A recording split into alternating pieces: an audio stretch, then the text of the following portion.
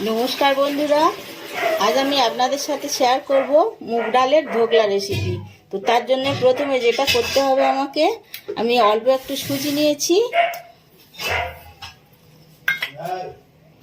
আর টক দই আছে। টক দই আর সুজিটাকে মাখিয়ে আমি কিছুক্ষণ রেখে দেব।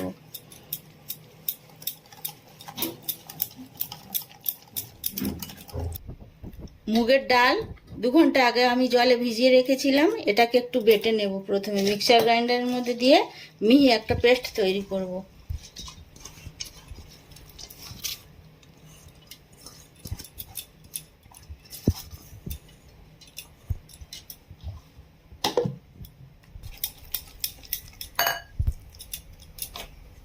মুগের ডালের পেস্টটা রেডি হয়ে গেছে। এবারে সুজি আর দইয়ের মধ্যে আমি এটাকে ঢেলে দিচ্ছি।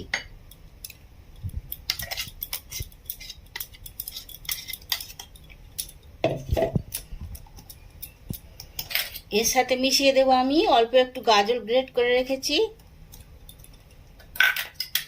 একটু গ্রেট করা আদা আর কাঁচা লঙ্কা,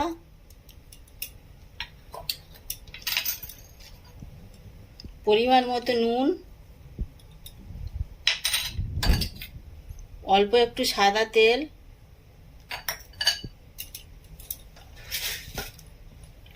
অল্প একটু চিনি আর সব শেষে দিয়ে দিচ্ছি 1 প্যাকেট ইনো।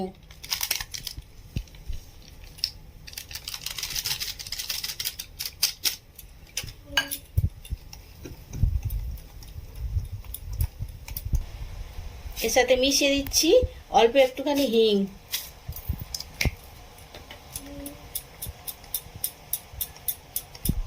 এই থালার মধ্যে এটা তৈরি করব, তো সেজন্য এই থালার উপরে একটু সাদা তেল হাত দিয়ে মাখিয়ে নিচ্ছি।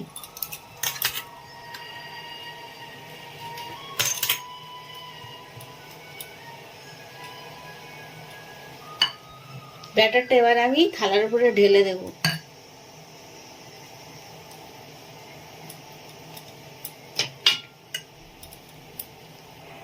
এর উপর থেকে আমি একটু চিলি ফ্লেক্স ছড়িয়ে দিচ্ছি। একটা কড়াইতে আমি জল ফুটতে দিয়েছিলাম, একটা খাবার রাখা স্ট্যান্ড এর মধ্যে দিয়ে দিচ্ছি। এবারে এই থালাটা এর উপর থেকে বসিয়ে দেব।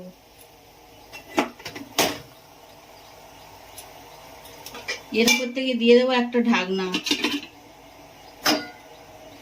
ভাজা মশলাটা আমি এর উপর থেকে ছড়িয়ে দিচ্ছি।